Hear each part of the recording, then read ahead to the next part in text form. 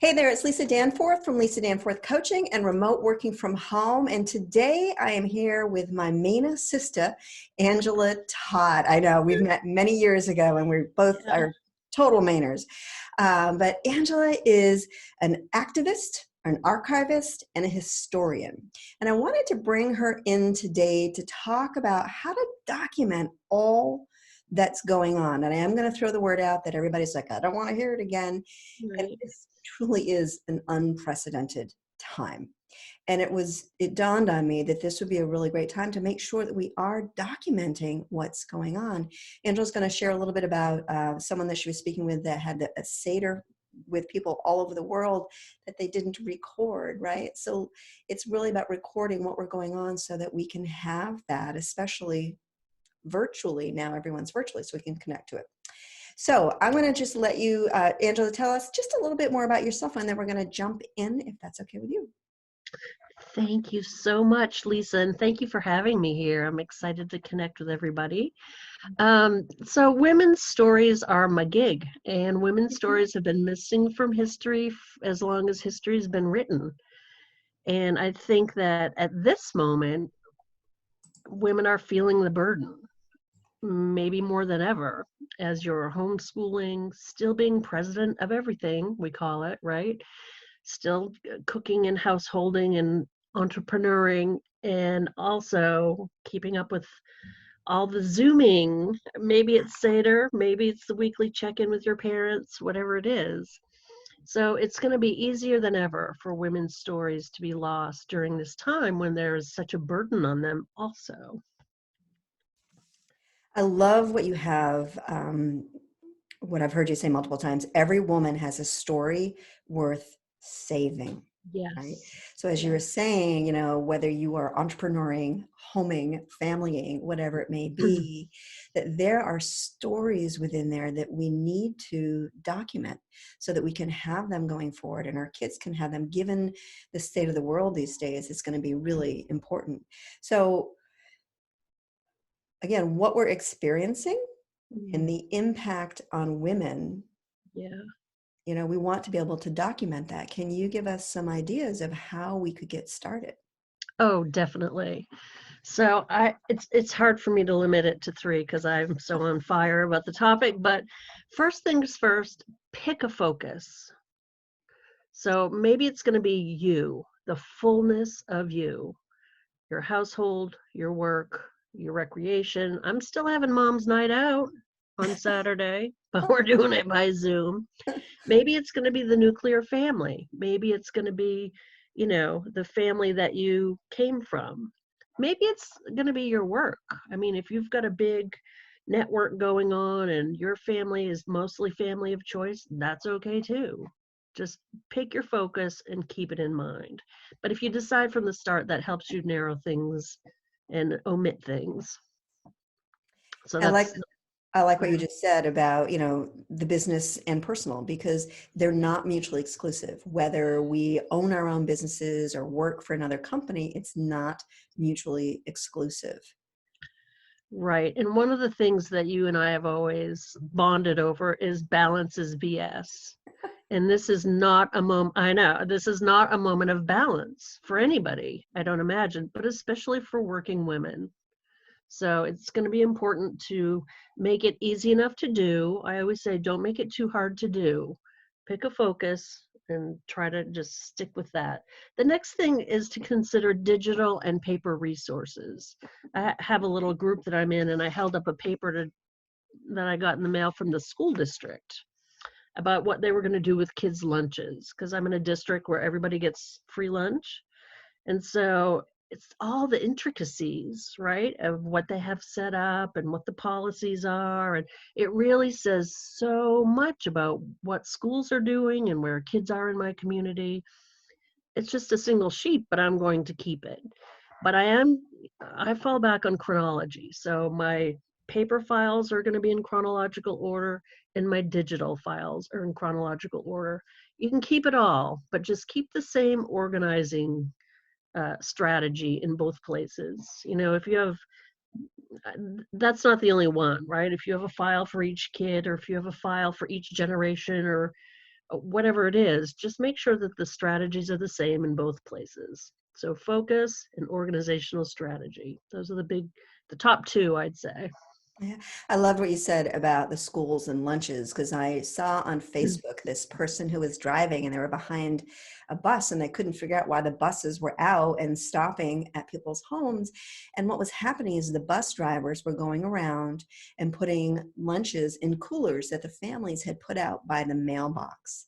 Now, that Oh, gives me goosebumps. Like, to yeah, document that would be right. literally, I have goosebumps from head to toe. Just the importance of it. I mean, we are still serving our Mhm. community. The kids are still being taken care of, the best, that the school can do. So, And it's important. I mean, I have to admit that that's one of my favorite family history questions. So, for example, in my family, my dad went to a one-room schoolhouse up in Aroostook County, and then I went to the only school in town, in a small town in mid-Maine. And the way he did lunch and the way I did lunch and the way my kids do lunch, like, you can see that we've built these big social structures around feeding kids at school, right? So he had to bring his own lunch. We all brought our own lunch. And it was, I don't know, it was the thing. Everybody brought their own lunch. And then after a while, when my kids were younger, everybody didn't bring their own lunch. Everybody had school lunch. So those trends show us a lot about the structures that are in place. So that's one of my pet topics to ask about because it reveals so much. mhm, absolutely. And I know before we jumped on and went live, we had talked about how hard it can be, right? Because we're already overburdened. We've got our business, we've got our career, we've got our kids, we're making dinner, we're probably checking in on our elderly parents and whatnot. So your Mhm. first two tips, I think, are great. But can you share, again, how can you easily get this started? What's an incremental step that people could start now instead of 6 months down the road when so much memory has been, passed? Right. Well, I say your screenshot is your friend. I If you love don't that. know how to take a screenshot on on your devices, just Google how to take a screenshot on, and all the options will come up, and you just pick which device you're on, and you'll get your directions. So it's been a great tool for me to be able to capture either text message. We have a family text a family text route that the kids and I and their dad are all in, or something from one of my parents, or a news headline. Even I don't know anybody that gets a newspaper delivered to the front door, but everybody wants to see the New York Times headline the day that we all Mm. got our stimulus checks or got back out there or whatever the thing is. So a screenshot is a good way to do that. And you can also save articles, but the screenshot is really, that's my friend right now. I saw my brother and his wife and kids were all on Zoom doing this weekly meeting, and it was this, they took a screenshot and shared it on social, and it was just like it meant so much to me that I was able to be a part of that. Can you Yeah. talk a little bit about the story you were sharing with me before we went live of the family around the world that was having Seder dinner, right, or Seder? Oh, yeah. So they're private clients, and we've been working together for, I don't know, quite a few months. And so we've been working together largely before what I've been calling the confinement. Um, and he was telling me it's one of the like second or third generation cousins, and he was saying that they had had this great Seder, and they got Uncle so and so from New Jersey, he's in New York, people from Georgia, Florida, some state out west that I can't remember, maybe Utah, and they had all come together. And I said, do you usually? And he said no. And so they'd had the better Seder because they were in quarantine together, and it kind of is pushing people to these platforms that we entrepreneurs have been using. And as you said, they didn't record it, but they had this amazing experience, right? And so they sang together, and they're not very strict on the religion side, but all the different families were able to observe in their different levels of strictness or whatever, and it just sounded so great. It sounded so wonderful. And the older relatives that weren't really able to travel were able to just tune in, see everybody, raise a glass. It was wonderful. How do you see this changing how we document our lives and our business, right? Like I said, they're not mutually exclusive. So how do you see us moving forward with documenting our lives?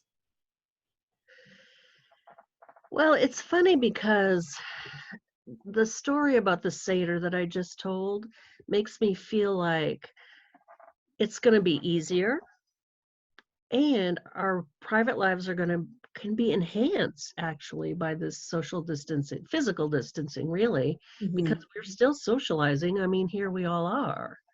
And so I do hope that it's putting us in touch with the kind of core values that, we can return to or enact in new ways. Or I think it's going to make it easier and draw people's attention to saving the moment in a new way, because we have all had to slow down. Some of us have been fighting and kicking with that one, but we have had to slow down. Right. Yeah.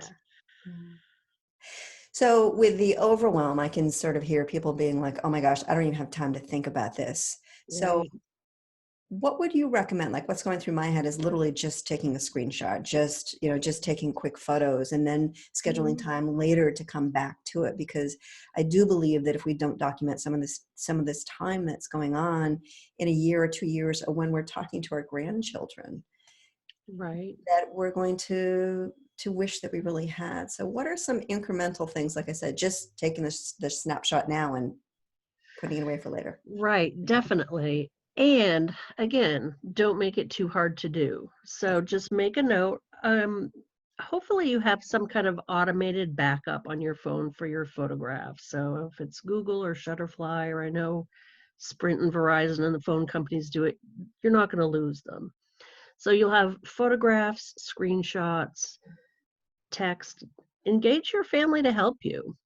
Yeah. Make it easy, and it cannot be complete. And I mean that in a liberatory way, right? You can't do it wrong. Anything that you save is going to be more than if you didn't. Hmm. It can be partial, it can be huge, it can be tiny, whatever feels comfortable. Perfect. Oh, and the other thing I was thinking while you're talking was a lot of things are going to be saved. It's not up to you to actually save the New York Times, Hmm. right? So the things that I would concentrate on are private things, or things that would probably either escape notice. Like I said, family texting, I like to screenshot those, or something from my mom, or things that are, they're not going to be saved somewhere else. Like maybe the thing about the school lunches would be, but I'm not sure. That's meaningful to me in my life, so I wanted to have it in part of my collection. Yeah. But you don't have to keep the whole town's history. You just focus on what you want to do, and whatever you save is good. Whatever you save is a plus. Right. It's an added bonus. So what I heard you say were essentially three things, if I'm correct. One, which is pick a topic. It doesn't need to be hard, intricate, just to get started. Two, Mhm. consistency, although I don't think that was the word that you particularly used, whether it's digital or paper. Oh, an organizational strategy, but yes, consistency is the thing, by the topic or by the timeline or however you do it. It doesn't matter. Just they'll be able to combine easier if it's the same. Yeah, consistency and chronological. And then screenshots, like really remembering those screenshots, because that is with the social distancing or the physical distancing is Right. how we're connecting. So I heard those three. Do you have another one to add, or, and that's a great way to get started. So if you don't, Right. Well, I don't want to make it, I don't want to suggest the things to save. I don't well, want to give make some it too hard to ideas. do. Right, but even just some ideas of different things, because Mhm. I find that gets people motivated where, we may not have thought of documenting the buses dropping off the lunches that might open up an Right. idea of what someone be like, I've been noticing that. And I think it would be Yeah. cool to document. Yeah, document things that have changed. So maybe we should have a screenshot of this interview right here, right? So this is how we're moving forward in the business world. Are you doing it? I see your arms moving. I'm like, it's a good idea. I'm on it. I'm on it, Angela. Excellent. So, mark things that have changed, mark the way that you're spending time. I've seen some families that I know have their own family hashtag for things we did in quarantine with their last name, or, things that will make it easier even to go back and collect it later if this is really not the time to start a new project. Just en passé, as they say in chess, like just bring it in, just put it in a folder, you know. Hmm. You'll be happy that you did on the other side of this. Yeah. Extremely so. And again, especially because the women in business that I know are busy trying to do all the things and school people and feed people and run their businesses and stay afloat at this time. Hmm. And I think the effort and the heroism of staying afloat and pushing forward, that to me, that's what women have always done, and that's important to document. Yeah. Every woman has a story worth saving. I love that. That just lights me up when I say it and hear it. So, Angela, can you share where people can reach out to you, contact you if they have if they would like to learn a little bit more about what you do and start Mhm. documenting and perhaps working with you? Definitely. So I'm on Facebook, primarily. I have a website, AngelaLTodd.com, all one word. Surprising how many Angela Todds there turned out to be. So I needed my middle initial in And that's there. TODD. Yep, TODD. And I do have a free Facebook group called Writing Through the Chaos. Mm. And it is full of tips about how and what to save, and it's very unstructured. So you can come in and lurk and see. You don't have to send me your writing. You don't have to, but I have a lot of live videos and tips in there too.